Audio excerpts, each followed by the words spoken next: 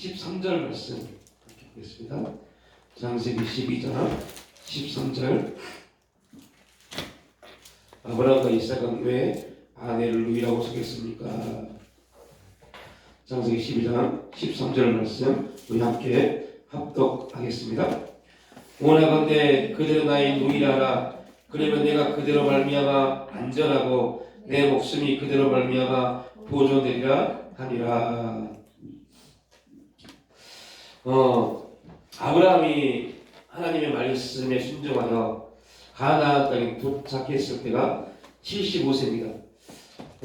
이제 성경은 우리가 성경을 볼 때 아브라함이 몇 세에 갈대아 우르를 떠났는지 정확하게 나와 있지 않죠. 그러니까 언제 아브라함이 하나님의 음성을 듣고 갈대아 우르를 떠나서 또 하란에 거하게 됐고 그 하란에서 아버지가 죽고 가나안 땅으로 왔는지 그 여정은 나와 있지 않습니다. 그런데 아무튼 아브라함이 갈대아 우르를 떠나서 여러 환경을 거쳐서 하나님이 지시한 가나안 땅, 가나안에 도착한 나이가 75세입니다. 아무튼 이 75세 이 나이에 이 많은 우르에서 떠나서 하란에서 잠깐 정착했다가 데려가 죽고 가나안에 오기까지 75세 나이입니다. 이 과정 가운데서 분명히 아브라함은 하나님의 음성을 듣고 그 음성을 쫓아 명령을 따라 왔습니다. 어찌하든 간에 75세 가나안 땅에 도착한 아브라함은 하나님을 두려워했을 겁니다. 하나님의 눈치, 하나님을 바라봤을 겁니다. 왜냐하면 갈 바를 알지 못하고 그 가나안 땅이 어떤 땅인지도 모르고 가나안으로 가는 길이 어떠한 길인지도 알지 못했을 겁니다. 그래서 많은 신학자들은 이렇게 말합니다. 우리에서 떠나서 하란에 정착을 했던 이유가 뭘까? 라는 주제예요. 아브라함이 왜 하란에서 정착을 했을까요? 그러니까 우리는 그냥 목적이 하나님이 아브라함에게 말씀하신 목적이 가나안 땅이니 그냥 말씀을 듣고 가나안 땅에 그가 도착했다 이렇게만 봐버립니다. 그러다 보니까 어떠한 문제가 생기냐면 아브라함이 우리에서 하란에 정착을 했고 그리고 또 하란에서 아버지 데려가 죽고 그 이후로 가나안 땅에 오게 됩니다. 이 과정이 대한 우리에게 이것이 어떠한 실제로 나타나는가에 대해서 관심이 별로 없습니다. 이거는 제가 이 부분을 보면서 아마 성경에는 나와 있지 않지만 갈대아 우르와 하란은 거의 비슷한 삶의 조건을 가지고 있었을 겁니다. 또 성경 신학들도 말합니다. 갈대아 우르와 하란은 동일한 우상을 숭배하는 도시였다. 그러니까 아브라함의 아버지가 우상을 조각해서 그 우상을 팔고 얻은 이익을 통해서 삶을 살아갔던 그러한 가정이었습니다. 그런데 갈대아 우르에서 어찌 되었든 갈대아 우르에서 하란으로 떠납니다. 그러면 여러분 왜 생각해 봐야 돼요. 갈대아 우르에서 하나님의 음성을 들은 사람이 아브라함일까? 데라일까?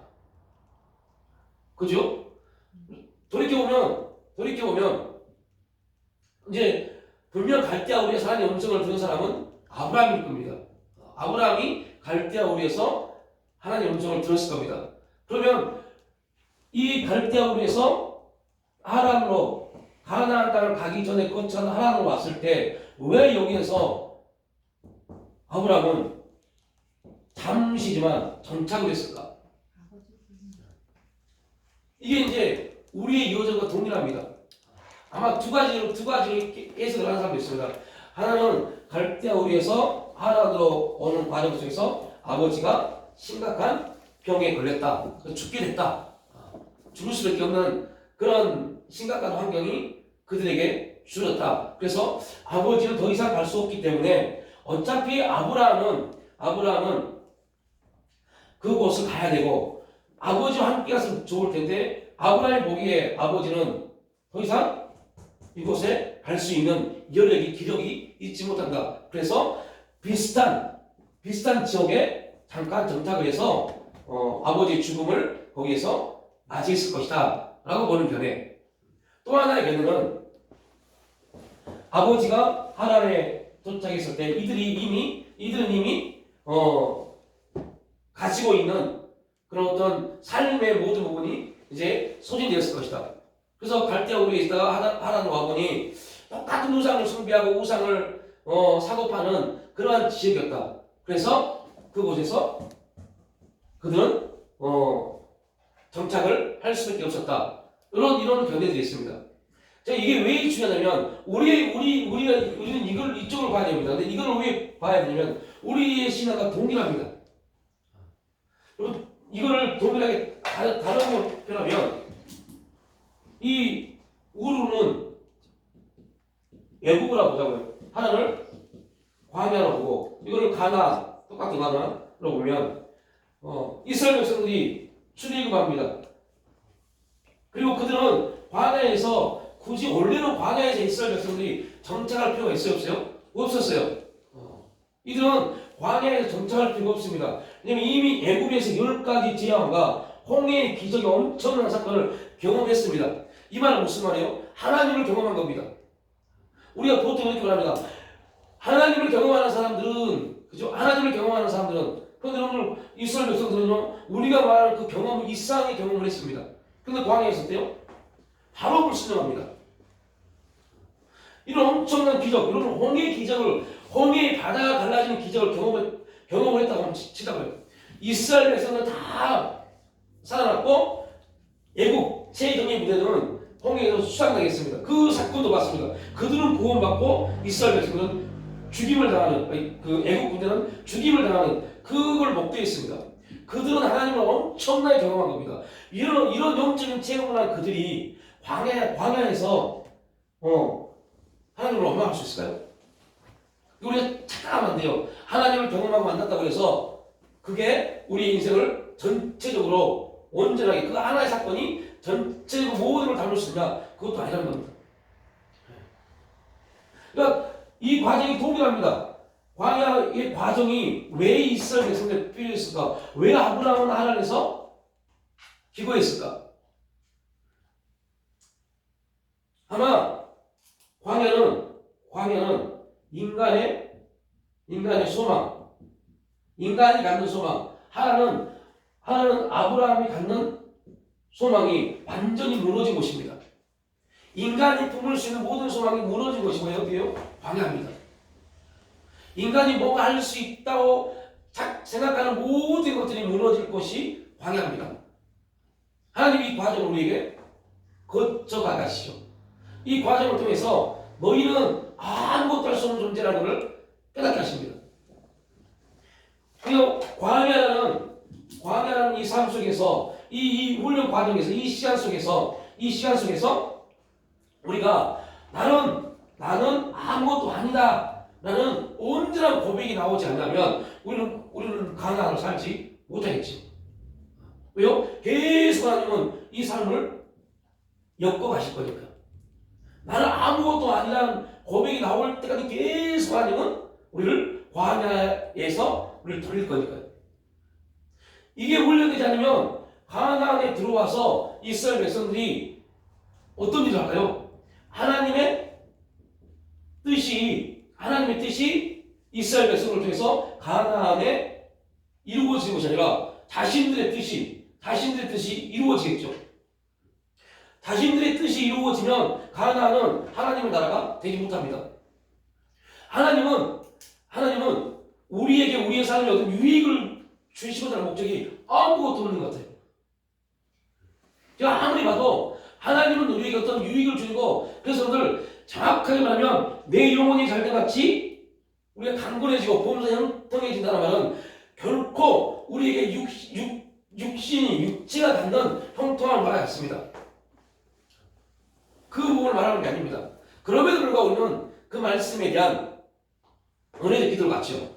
그 내용이 잘된 같이 범사 잘되고 할 때 그 범사라는 뜻은 삶을 말하지 않습니다. 우리의 삶이 아니라 삶이 어떠한 것이 아니라 그 범사는 항상이라는 뜻을 가지고 있습니다. 범사와 항상은 같은 뜻인데 이 범사와 항상이 말하는 게 무엇이냐 이걸 알지 못하면 우리가 기본적으로 범사라는 말을 우리 삶 속에서 어느 복, 축복, 유익이라고 착각할 수 있어요. 분명 우리 영혼이 잘 되고 신앙이 잘 되면 하나님이 또 부어주시는 분도 있습니다. 그러나 신앙생활을 잘한다고 해서 육체의 어떠한 부어짐이 다 모든 사람이 동일하냐? 그렇지는 않다는 거죠. 그렇다면 사도 바울은 잘못된 신앙을 산 거니까요. 그죠? 사도 바울처럼 영혼이 잘 된 사람 누가 있어요? 근데 그 인생의 마지막은 육신적으로 볼 때 비참하게 죽어요. 사도 요한처럼 영혼이 잘 된 사람 누가 있습니까? 근데 그 인생의 마지막은 비참합니다. 베드로처럼 영혼이 잘 된 사람 누가 있어요? 그 인생의 마지막은 육신적으로 볼 때 비참합니다. 어떻게 보면 그죠? 우리가 잠깐 봤지만 어떻게 보면 솔로몬 그죠? 하나님 앞에 불순종이 타락한 솔로몬의 삶이 훨씬 더 유익하죠. 근데 그도 결국 그의 삶을 통해서 이 모든 게 다 헛되구나라고 고백했습니다. 무엇을 말씀을 드리려면 하나님이 이 과정을 우리에게 허락하신 이유가 뭘까? 그리고 가나안에서 분명한 것은 가나안은 젖과 꿀이 흐르는 그러한 땅입니다. 근데 이 젖과 꿀이 흐르는 땅이란 말은 하나님만 지금 우리는 그리스도 예수 안에 있을 때만 그러합니다. 그리스도 예수 안에 있을 때만 젖과 꿀이 흐릅니다. 그리스도 예수 안에 있지 않으면 가나안은 결코 젖과 꿀이 흐르는 땅이 되지 못합니다. 그러니까 광야의 훈련은 광야의 삶은 우리에게 뭐를 알게 하냐면 그리스도 예수 안에 있을 때 이게 참 안식이구나를 깨닫게 하는 것이 광야입니다. 그러나 그 광야에는 참 안식이 있지 못하죠. 그걸 깨닫게만 합니다. 그리고 참 안식은 어디 안에서요? 가나안에서 얻을 수 있습니다. 그렇다면 지금 이 과정, 이 아브라함 하란에서 아브라함이 가진 모든 소망이 무너집니다. 이스라엘 백성들은 광야에서 그들이 갖는 모든 소망이 무너집니다. 소망이 무너지니까 그들은 뭐 할 수밖에 없어요? 불평할 수밖에 없어요. 우리가 어떠한 거에 소망이 무너지면 그때 나오는 게 원망과 불평입니다.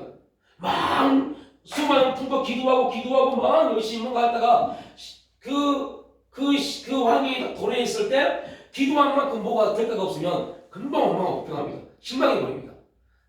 이게 인간이 갖는 믿음 신념입니다. 이거를 깨뜨리는 것이 광야입니다.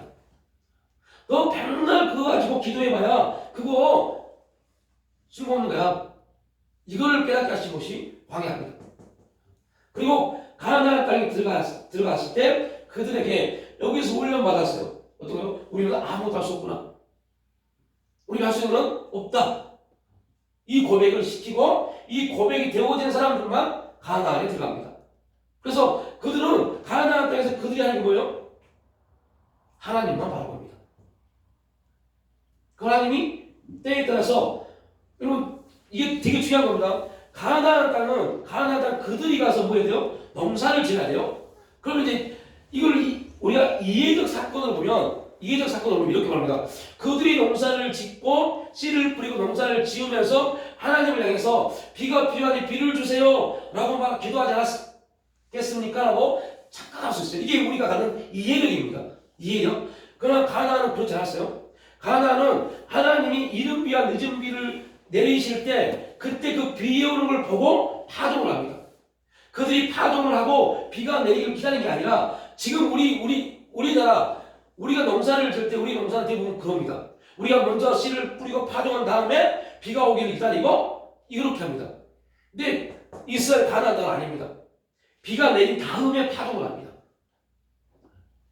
비가 내려야만이 파종할 시기라는 것을 하나님이 파종의 시기를 주신 것을 그들은 알았어요. 이게 가나안 땅입니다. 더 철저하게 하나님을 바라보고 하나님이 말씀하신 대로 하나님이 보여주신 대로 인도하시는 대로 살아갈 곳이 가나안입니다. 그러니까 이 광야 훈련이 되지 못하면 가나안에 들어가서 그들은 뭘 살아요? 가나안에 살면서 광야를 삽니다. 이게 얼마나 안타까운 모습입니까? 그래서 하나님이 우리에게 이 세상 광야라는 삶을 통해서 우리가 갖는 소망들, 육신이 갖는 소망들을 철저하게 무너뜨리고 심지어는 배신당하고 심지어는 절망하게 만들고 심지어는 이렇게 믿는 게 진짜 할 정도로 의심을 갖게 합니다. 이게 광야입니다. 철저하게 그러한 경험들을 하나님 우리에게 허락하십니다. 이유는 그래야만이 우리가 더 낮은 자세로 하나님을 바라볼 수 있는 존재가 되기 때문이에요. 그런데 우리가 그 과정을 이겨낼 수 있다는 거죠. 그 하나님 우리를 낮추실 때, 그 낮추심에 대해서 우리가 이겨낼 수 있다는 거죠. 이거는 이제 우리에게 던져준 숙제입니다. 이겨낼 수 있느냐? 이스라엘 백성들, 우리가 이브리스로 밖에 나오고 있지만 이스라엘 백성들은 그때 그 음성을 들었을 때 하나님이 낮추시는 그 음성, 그 하나님 역사를 그들에게 주어졌을 때 그들은 거기에 원망하고 불평함으로 안식에 들어가지 못했습니다. 우리도 그럴 수 있다는 거죠. 너희도 조심해라. 그런데 너희에게는 또 하나의 사건을 주었다. 이스라엘 백성들 그들의 조상인 광야에 유대인의 조상이 있고 또 하나의 그들에게는 조건을 줬습니다. 그게 누구예요? 예수 그리스도입니다. 예수 그리스도는 동일하게 이제 보면 예수 그리스도도 그가 세리 요한에게 세리를 받고 성령에 이끌려 광야에서 시험을 받습니다. 여기에서 너희 조상은 하나님의 음성을 듣고 하나님의 환경을 통해서 너희 조상들은 다 광야에서 죽었고 안식에 들어가지 못했지만 너희가 믿는 예수는 광야 시험에서 넉넉히 승리하였다. 이 넉넉히 승리한 그분이 너희를 능히 도우실 수 있는 하나님이시다 라고 말합니다. 그래서 우리에게 이걸 제시한 겁니다. 이 예수 그리스도를 제시한 이유가 너희 조상은 광야에서 다 죽어서 안식에 들어가지 못했지만 예수님은 너희들이 믿는 예수님 개종을 해서 이런 개종한다는 게 얼마나 그들의 고통이겠어요. 얼마나 무서움이겠어요. 유대인 자기들의 고향, 친구, 친척, 여러 주위 사람들 그들에게 핍박받는 것도 있지만 또 그리스도인이 됐다는 것 때문에 로마에게 핍박을 받습니다. 그러니까 개종한 그리스도인들, 히브리서를 받는 그 그리스도인들은 두 가지 핍박을 받아요. 하나는 고향을 가지 못하는 핍박이에요. 고향에 가봐야 그리스도인이 됐기 때문에 그들은 고향에서 환영받지 못합니다. 개종했기 때문에. 유대교에서 그리스도로 옮겨진 것은 엄청난 큰 문제입니다. 그래서 그들은 고향도 가지 못하는 고통이 있어요. 또 하나 로마에 있기 때문에 로마 황제에게 얼마나 많은 핍박과 박해를 받습니까? 근데 히브리서는 그걸 뭐라고 해요? 그걸 광야라고 해요. 광야라고 해요. 그럼 지금 여러분 뉴스를 보셨습니까? 이스라엘이 하마스 가자 지구의 모든 수도와 전기 그걸 다 끊어버렸어요. 그러니까 지금 팔레스타인 지역에 있는 사람들은 며칠째 물을 마시지 못해요. 불을 켜지 못해요. 그 고통이 얼마나 크겠어요.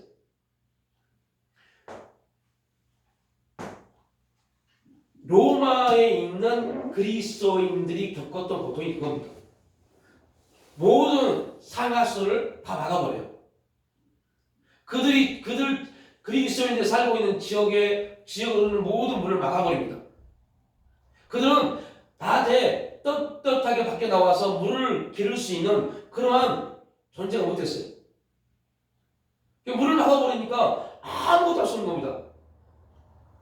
얼마나 고통스럽겠어요. 근데 그들에게 말합니다. 야, 그런 고통 속에 있는 모든 게 막혀버려 있고 있는 막혀서 아무것도 할 수 없는 그러한 어떻게 육신의 눈으로 보면 가장 연약한 존재들 예수를 믿는데 만왕의 왕이시고 창조자이시고 무소부지하시고 막 그런 우리 하나님에 대해서 엄청난 하나님의 속성에 대해서 말하잖아요. 그런데 실제 그리스도인들은요 그 하나님의 속성이 아무것도 적용되지 못합니다. 그죠? 천지를 창조하시고 무조부시하시고 능력이시고 전능자이시고 그런데 로마가 문을 딱 막아버리니까 목마를 수밖에 없어요. 얼마나 연약하고 능력 없고 세상적인 의롭을 비참하고 조랑받겠습니까? 그죠? 이게 초대 그리스도의 모습이었어요. 그 고통 가운데 있는 그들에게 말합니다. 너희 조상들이 광야에서 그런 고통을 써서 그들은 안식에 들어가지 못했지만 너희들이 그런 고통을 받는 이유는 이 예수를 믿는 것 때문에 그런데 예수는 넉넉히 승리하였다.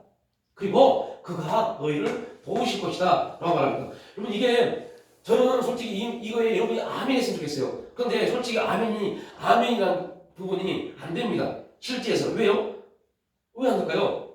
우리에게 그런 일이 주어졌다고 생각을 한번 해보십시오. 살 수 있는지. 고통스럽습니다. 미칠 것 같은 고통이 다가옵니다.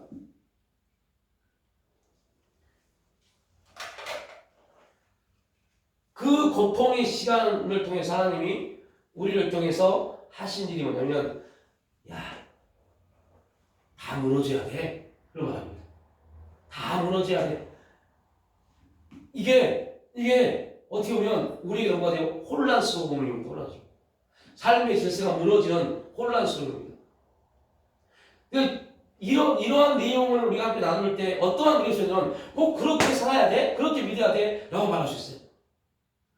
근데 놀라운 것은요, 하나님은 꼭 그렇게 믿어야 돼? 하는 사람에게 동일하게 광야를 허락하십니다. 똑같은 모든 예수를 믿지 않는 사람에게도 그들 삶 가운데 하나님은 광야를 줍니다.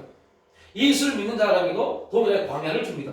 예수 믿는 사람들은 믿음으로 예수 그리스도께서 넉넉히 승리했기 때문에 그 승리한 믿음의 역사를 성령을 통해서 우리에게 나타내시기 때문에 우리가 분명 이길 수 있을 겁니다. 이겨야 됩니다. 아니 이겨내야 됩니다.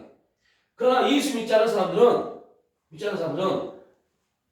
이 사실 이게 이해가 안 되니까 받아들일 수 없기 때문에 내 소망이 다 무너진다. 그럼 그들은요 소망이 무너지면요 스스로 목숨 끊어버립니다. 자기 소망이 무너지고 꿈이 무너지면요 목숨 끊어버려요. 그리스도인들도 그런 사람이 있습니다. 이유는 뭘까요? 이유는 다 가집니다. 이걸 몰라봤어요.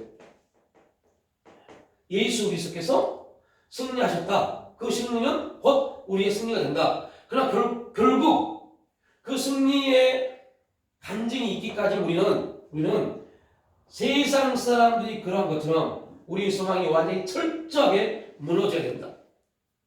그때 다가오는 고통은 참 힘들 겁니다. 힘듭니다. 너무너무 힘듭니다. 그러나 그 과정이 반드시 있어야만이 우리가 가나안에서 하나님의 뜻이 우리를 통해서 이루어지는 역사가 나타납니다. 그렇지 않으면 이 과정을 거쳤음에도 불구하고 가나안에 도착한 아브라함을 보자고요. 오늘 이제 우리가 함께 나눌 얘기를 보면 아브라함을 보자고요. 아브라함이 하나님 말씀을 순종하여 가나안에 도착했습니다. 75세에 도착합니다. 그런데 놀라운 사실이 뭐냐면 오늘 12장 5절 한번 보실래요? 가나안에 도착을 했어요.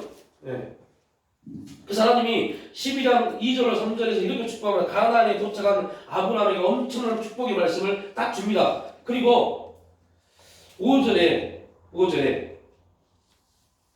아브라함이 그 아내 사레와 조카 롯과 하란에서 모은 모든 소유와 얻은 사람을 이끌고 가나안 땅으로 가려고 떠나서 마침내 가나안 땅에 들어갔더라. 가나안 땅에 들어갔습니다. 그런데 그들에게 주어진 게 뭐예요? 가나안 땅에 들어왔어요. 5절에 가나안 땅에 들어왔습니다. 그리고 제사도 지냅니다. 가나안 땅에 들어와서 6절에 아브라함이 그 땅을 지나 세겜 땅에 모래 상수리 남에 이르니 그때 가나안 사람이 그 땅에 거주하였더라. 여호와께서 아브라함에 나타나 이르시되 내가 이 땅을 내 자손에게 주리라. 그리고 그곳에 제단을 쌓고 여호와 이름을 불렀더라라고 말합니다. 그런데 기가 막힌 것은 가나안 땅에 와서 예배도 드리고 제사도 지내고 막 너무 기뻤습니다. 그런데 그에게 주어진 게 뭡니까? 축복이 아니잖아요. 뭐였어요? 기근이요. 12장 10절. 그 땅에 기근이 들었으므로 아브라함이 애굽에 거류하려고 그리로 내려갔으니 이는 그 땅에 기근이 심하였습니다. 그러면 이게 이제 어떤 문제예요? 가나안 땅에 도착했는데 아브라함에게 준비된 게 뭡니까? 그럼 이게 되게 중요한 메시지를 또한 던져줍니다. 이거 뭘 말씀을 하냐면 가나안 땅에 왔어요. 이게 아브라함에게 1차적 목적지입니다. 그런데 가나안 땅에 와서 우리가 보통 이렇게 설교하시죠. 가나안 땅에 가면 젖과 꿀이 흐르는 엄청난 풍성함이 있을 것이다. 그런데 문제는 아브라함에게 주어진 것은요, 기근이었어요. 가나안 땅에서 첫 주어진 게 기근이었어요. 가나안 땅에 도착한 아브라함은 기대에 부풀렸어요. 와, 이곳이 하나님이 나에게 말씀하신 땅이구나. 이곳에서 하나님이 풍성하게 역사하시겠지. 그러면서 제사도 지냈어. 제사. 예배를 드렸다고 예배. 그럼 우리가 예배를 드리고 하면 뭔지 모르게 예배를 드리고 하면 뭔가 소망이 생깁니다. 와, 막 하나님 부르심 가운데 내가 번도친 즉 아비집을 떠나서 가나안 땅에 임했고 하나님 영광을 올리고 하나님 감사합니다. 이곳에 이제 하나님 역사를 기다립니다. 하나님 역사는 기근이었어요. 기근이었어요. 그러면 다시 말하면 하란이라는 곳을 거쳐서 어쨌든 가나안 땅에 임했습니다. 가나안 땅에 임했는데 온 게 기근이에요.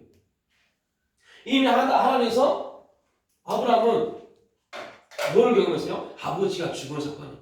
데려가 죽었다 라는 말은 뜻이 무너진 겁니다. 아브라함 뜻은 뭐였을까요? 아버지와 함께 가나안 땅에 가는 거였습니다. 근데 하나님은 아브라함만 뭘 세우셨어요? 아브라함만 믿음의 조상이에요. 그러니까 아브라함만 어디에 있어야 돼요? 아마요? 가나안 땅이에요. 그 누구도 가나안 땅에 가면 안 돼요.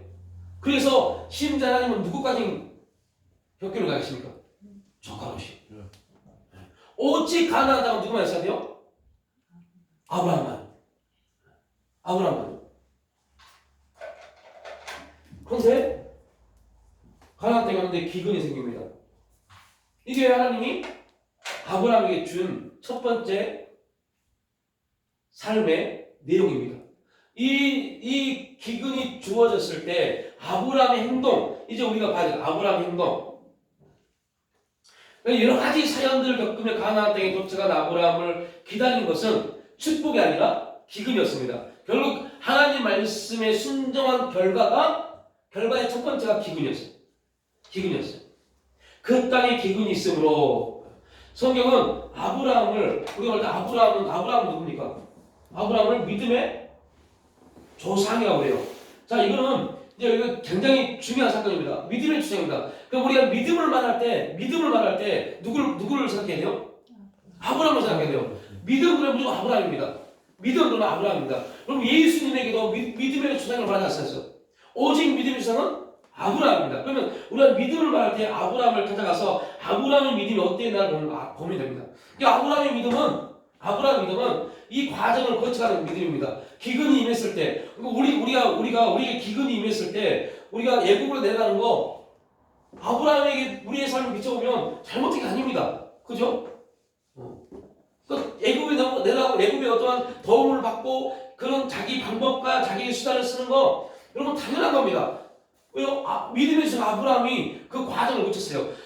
우리가 히브리서를 나누면서 이런 부분을 함께 나눴죠. 우리는 이미 우리의 모든 삶은 어디에 지금 들어가 있어요? 아브라함에 들어가 있습니다. 그래서 아브라함의 모든 삶의 역사를 누가 그대로 그 삶을 살아갑니까? 야곱이요. 이삭이 아닙니다. 이삭은 믿음의 열매. 아브라함의 아들 이삭은 믿음의 열매의 기준으로 우리에게 조명해 줍니다.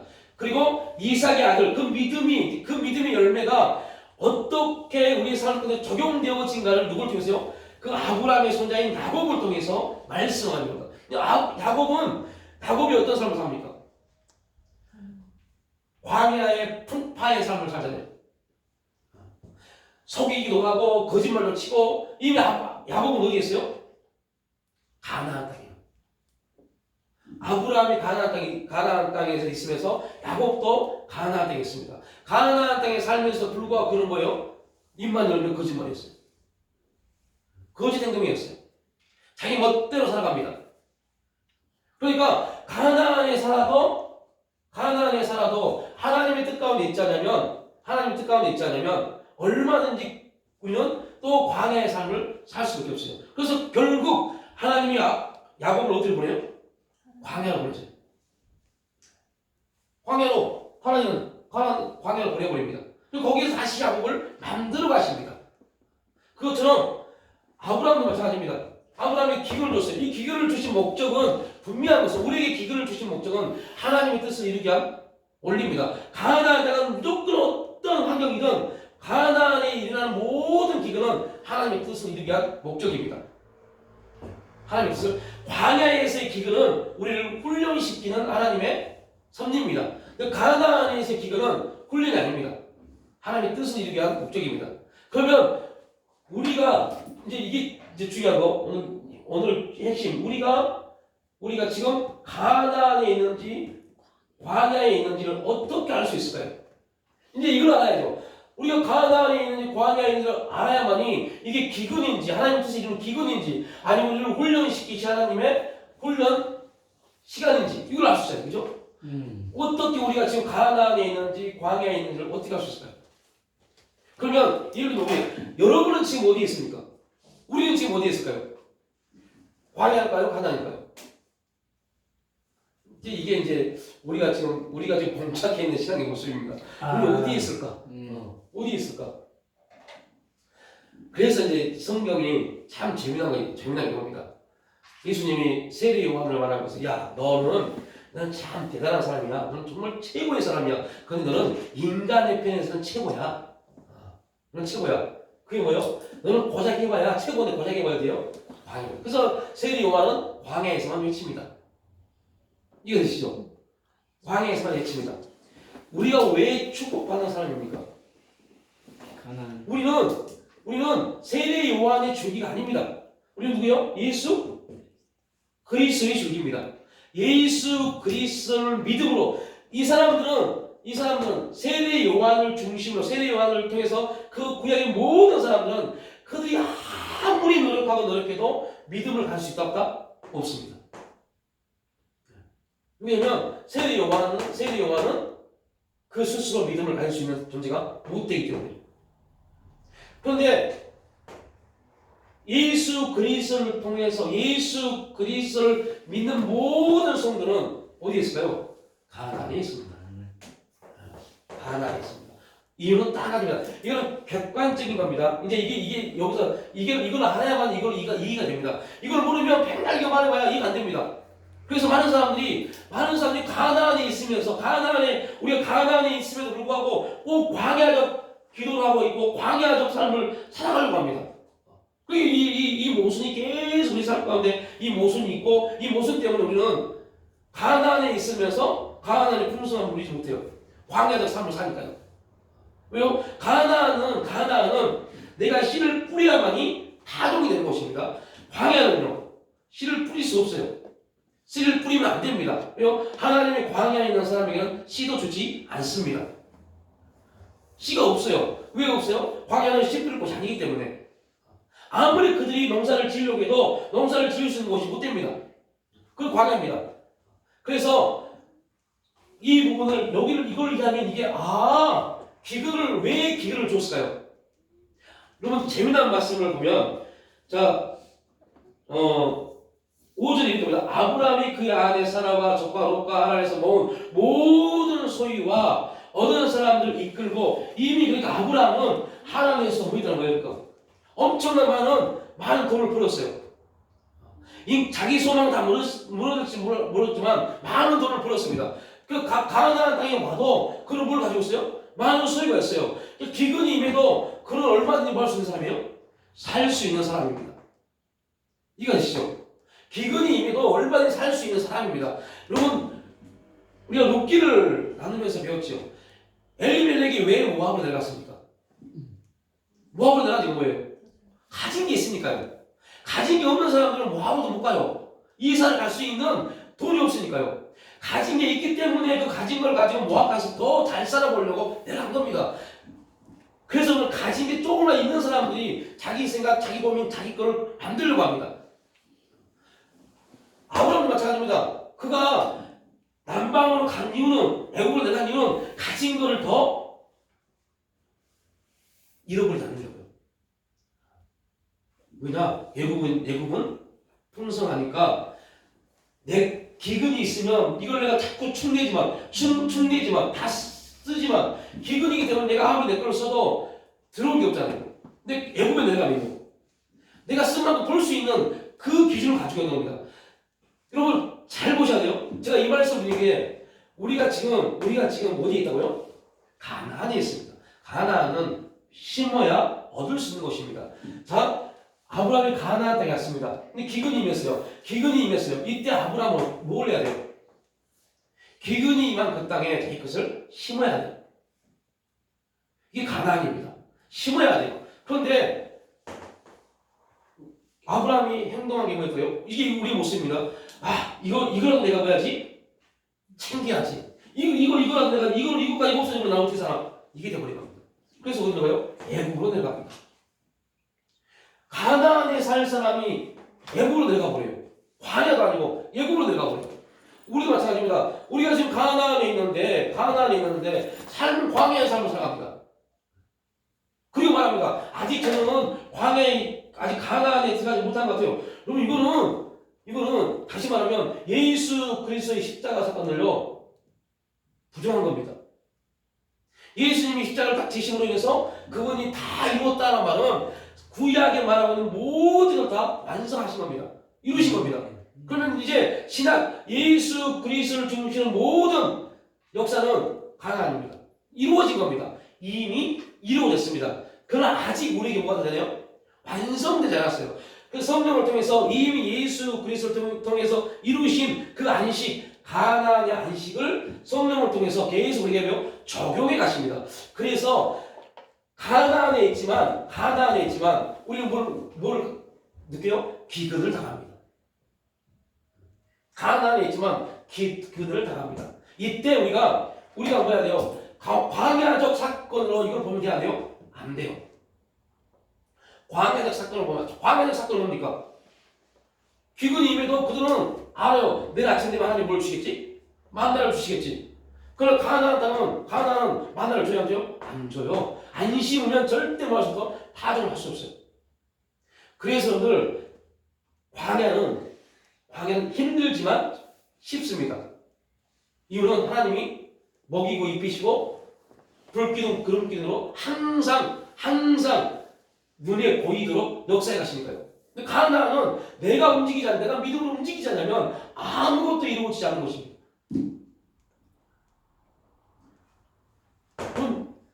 그래서 우리가 지금 우리는 실제 예수 그리스도를 통해서 가나안에 있으면서 불구하고 광야에 더 착각을 해요.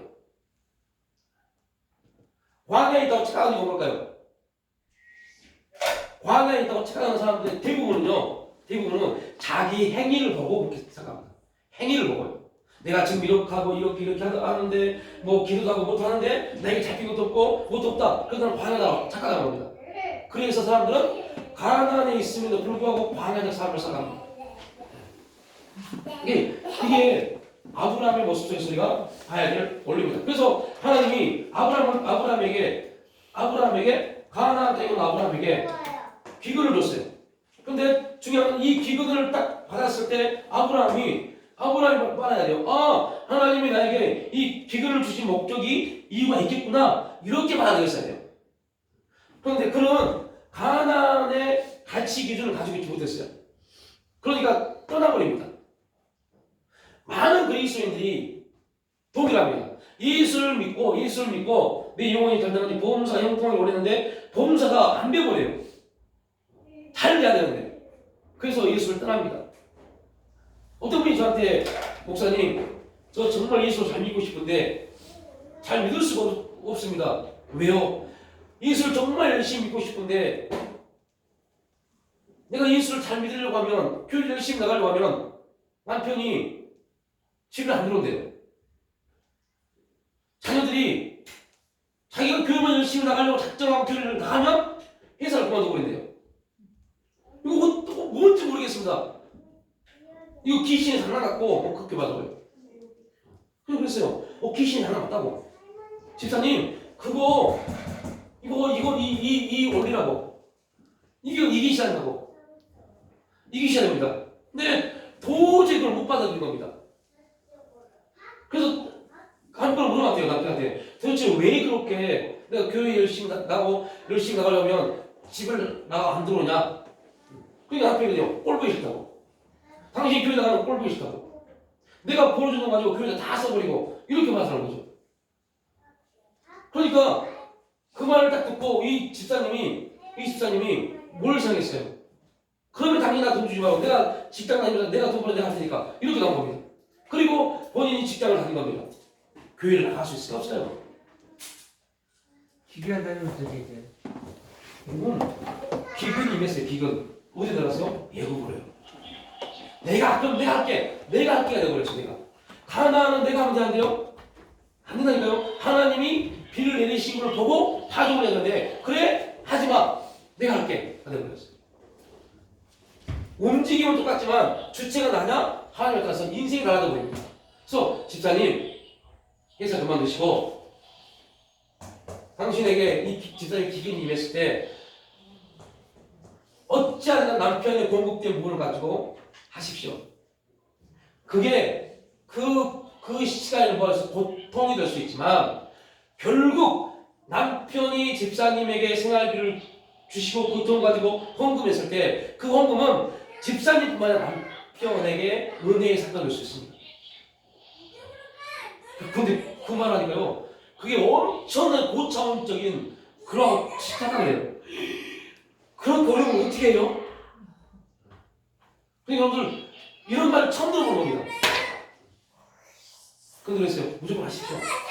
남편의 구원을 위해서는 무조건 하십시오. 자녀들도 마찬가지입니다. 무조건 하십시오. 그리고 그 말을 그분이 듣고 하기 시작했어요. 그리고 제가 그분에게 이렇게 말했어요. 집사님 2년 동안 그분이 좀 황당했으면 2년 동안 매달 5만 원씩 저한테 감사금을 보내십시오. 왜 5만 원씩 감사금을 보내야 되는지는 제가 2년 후에 말씀해 드릴게요.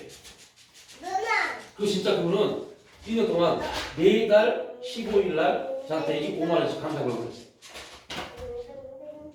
그리고 제가 그거 끝나고 그 2년이 지나고 말씀을 드렸어요. 왜 그렇게 했는지. 자, 제가 뭘 말씀드리면 기근이 임하니까 가나안의 가치관을 가지고 가나안을 바라봐야 될 사람이 기근의 땅에 뭐 해야 돼요? 심어야 돼요. 그리고 기근이 임할 때 세상적 지혜로는요, 그 땅이 강팍하진 땅에는요, 심으면 안 됩니다. 그런데 놀라운 것은요, 그 기근의 땅에 하나님은 심기로 하십니다. 기근의 때. 근데 이걸 알지 못한 아브라함은 애굽으로 내려가 버렸어요. 그리고 애굽으로 내려가는 선택하는 순간 그에게 번뜩이는 하나님 문제가 탁 터집니다. 누가 보여요? 아내가 보입니다. 그래서 아내에게 내가 보니 당신이 너무 아름다워서 저 애굽 바로 왕이 당신을 보고 나를 죽여 당신을 취해가면 나 어떻게 하냐? 그러니 우리가 실제 당신과 나는 누이와 오빠 사이 아니냐? 그래서 당신이 누이라고 말해라. 그러면 내가 살 수 있을 것 같다. 그렇게 서로 짭니다. 그게 여러분 예굽의 방식이잖아요. 이 세상 방식이잖아요. 나를 살기 위해서 수단을 만드는 거. 내가 살기 위해서 수단을 만드는 거. 여러분 교회 다니면서 수많은 사람들이요.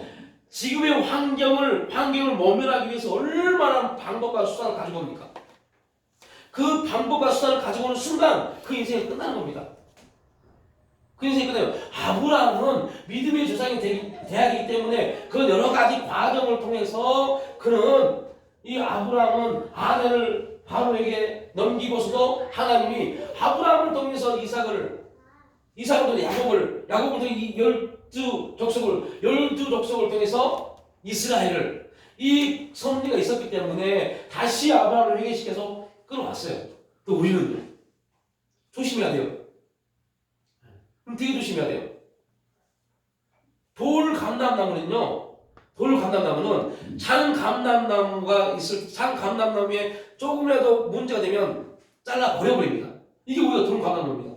그래서 돌 감람나무는 항상 장 감람나무에 딱 붙어서 장 감람나무가 온전하게 계속 영양분을 주는 것을 받을 수 있는 그러한 자세가 필요합니다. 그러한 믿음이 필요합니다. 그걸 믿음이라고 그러죠. 그 믿음이 필요해요. 그렇지 않으면 돌 감람나무 바로 이러잖아요. 야, 참 감람나무도 그러할 텐데 너희는 그냥 버리는 거 아무것도 아니라고 말합니다. 그러니까 우리가 되게 조심해야 될 부분이 바로 이 부분입니다. 그러니까 반드시 이러한 문제가 우리에게 동일하게 찾아옵니다. 이거는 광야가 아닙니다. 어디라고요? 가나안입니다. 가나안에서 아브라함에게 주어진 겁니다. 우리는 예수 그리스도는 가나안의 존재가 되었습니다. 우리에게 매일 이런 기근이 우리에게 다가올 겁니다. 그때 우리가 아브라함처럼 그러니까 애국으로 내려가는 순간부터 잘못된 선택을 해야 될 내용이 그들에게 다가옵니다. 그러면서 이제 여기서 가장 중요한 부분이 뭘까요? 아브라함이 왜 기근을 만나서 애굽으로 내려가면서 아내를 애굽의 바오에게 이 생각을 한 이유가 뭘까요? 이 행동을 한 이유가 뭘까요? 아브라함에게 하나님은 지금 이 순간에는요 두려운 존재가 되지 못했어요. 누가 두려운 존재였어요? 바오.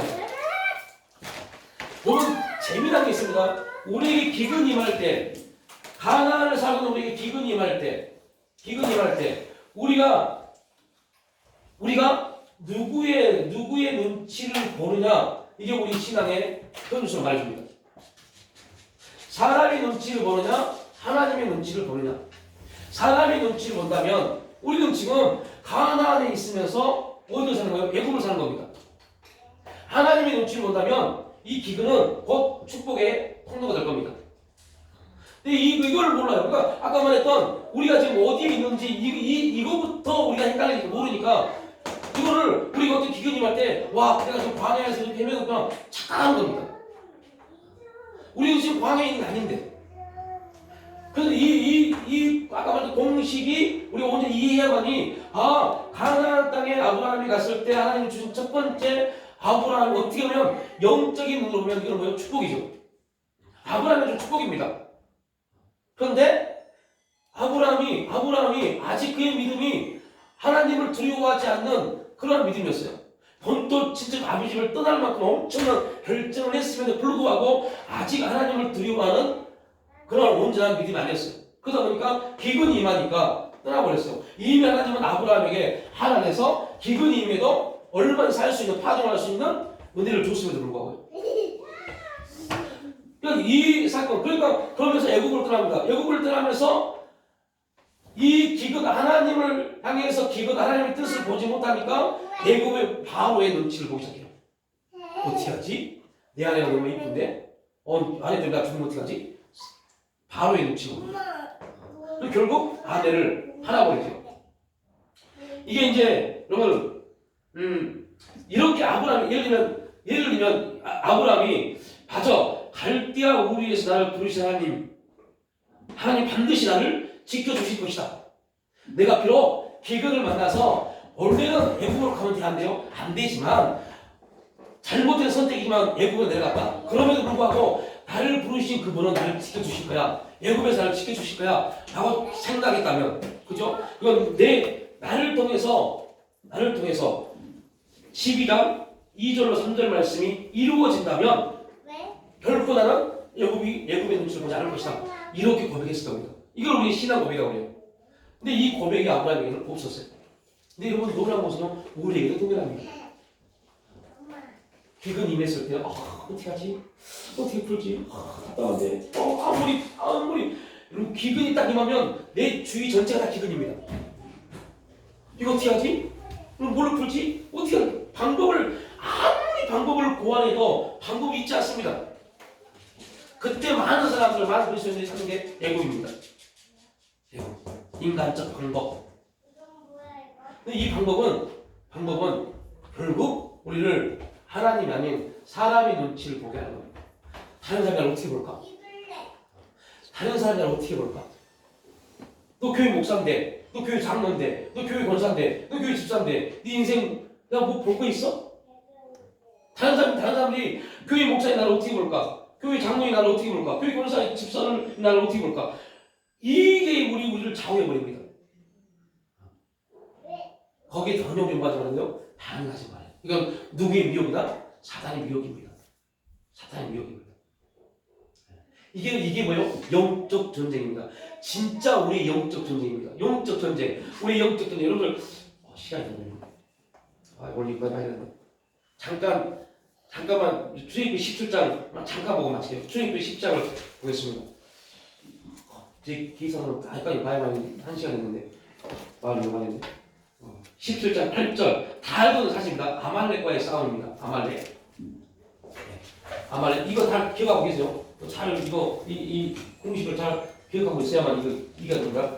자, 창세기 17장 8절부터 보면 아말렉과의 전쟁이 임합니다. 근데 아말렉과의 전쟁이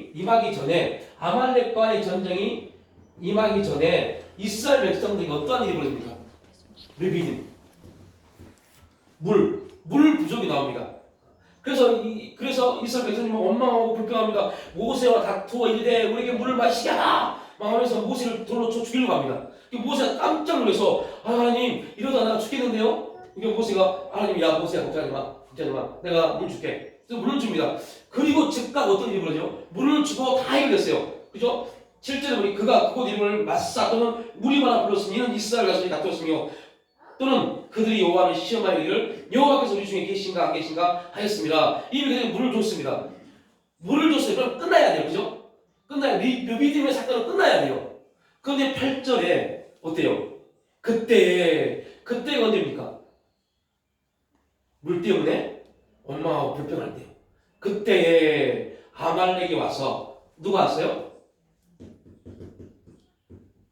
아말렉이 와서 르비딤에서 싸우니라. 지금 이스라엘 백성들은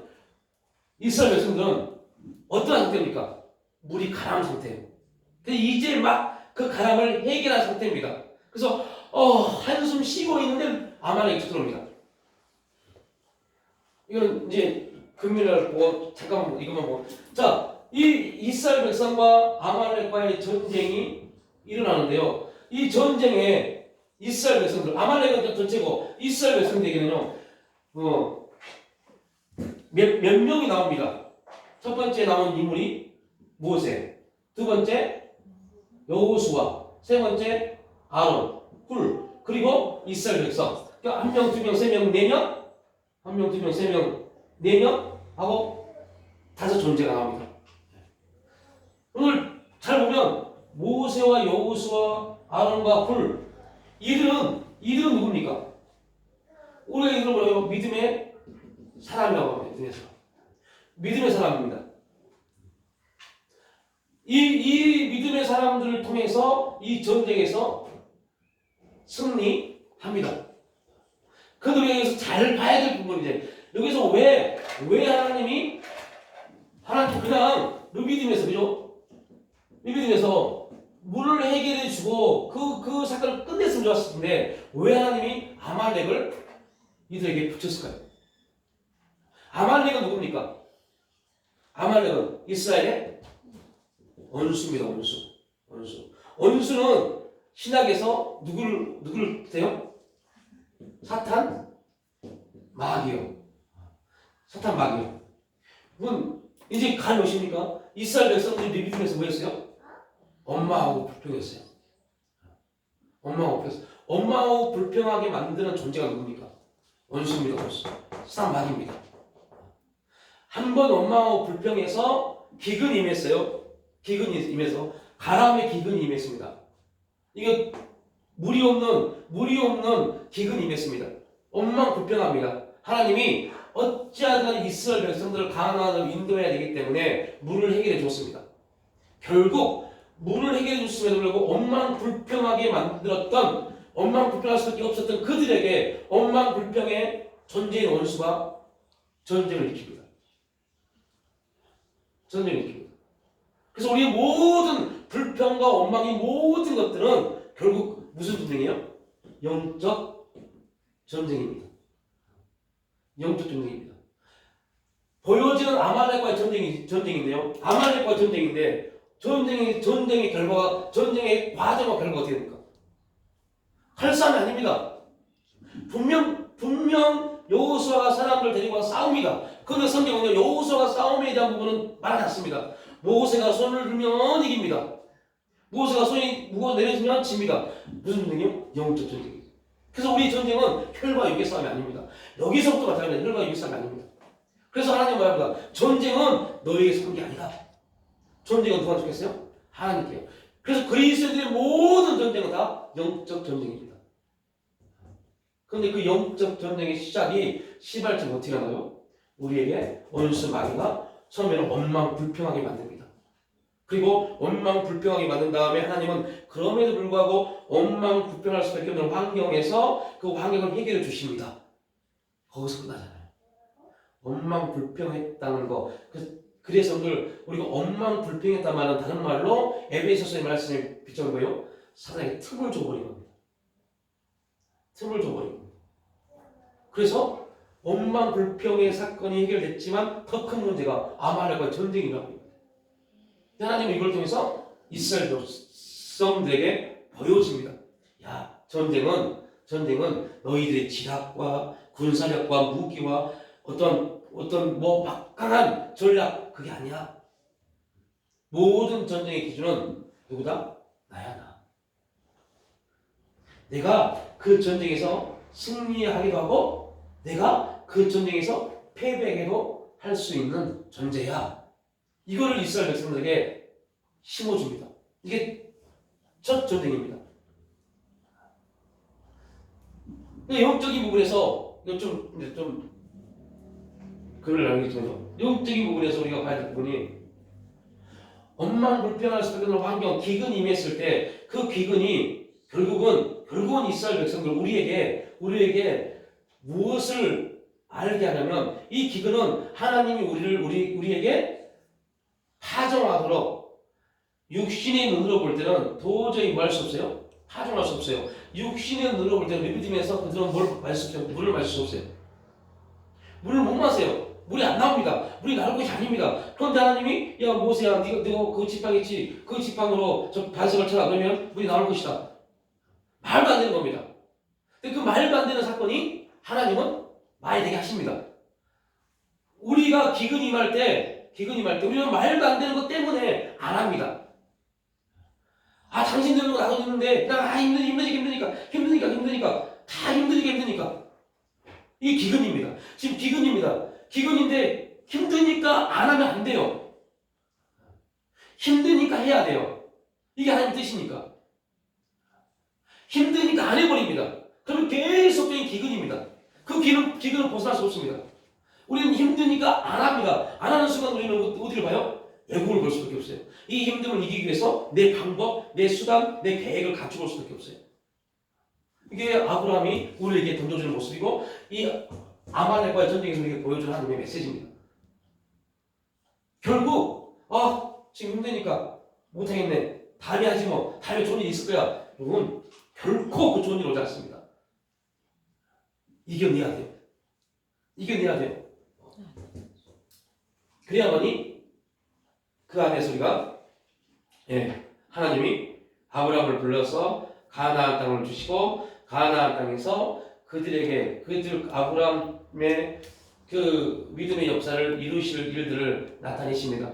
결국 하나님은 하나님은 아브라함이 그렇게 불순종했음에도 불구하고 아브라함을 믿음의 조상으로 세워가십니다. 그 여러 가지 환경들, 사건들, 문제들, 여러 과정 속에서 그러니까 75세 가나안 땅에 와서 뭐 기근을 만나고 애굽에 내려가고 아내를 팔아먹고 또 돌아와서 뭐 롯바의 문제들, 뭐 여러 가지 문제를 통해서 창세기 22장에 하나님을 경외한다가 다 됩니다. 그 과정이 또한 우리가 믿음으로 살아가는 우리들에게 삶의 모습입니다. 믿음을 가지고 있지만 우리는 계속해서 그런 기근들, 원망하고 불평하고 하나님 저는 후손이 없습니다. 어떻게 합니까? 두렵습니다. 뭐 나는 그래서 어쩔 수 없이 이 엘멜렉이나 이런 이 롯이 내 후손이 될 겁니다. 하나님은 아니다. 너와 사례를 통해서 대적임을 취할 존재가 나올 것이다. 말도 마세요. 지금 내 나이가 몇 살인데. 이런 모든 과정이 우리가 볼 때 믿음의 사람의 고백이 아닙니다. 그죠? 그러나 결국 하나님이 아브라함을 택하셔서 믿음의 조상으로 만들기 위해서 하나님은 아브라함을 그렇게 만들어 가십니다. 그렇다면 우리가 믿음을 할 때 아브라함을 봐야 됩니다. 그렇다면 우리 또한 아브라함의 유혹을 받은 후사로서 그 자리에 가게 하시게끔 우리가 뭔가를 잘해서 간다. 하나님은 환경을 통해 사건을 통해서 여러 가지 문제를 통해서 우리를 만들어 가십니다. 그런데 우리가 봐야 될 부분이 바로 그겁니다.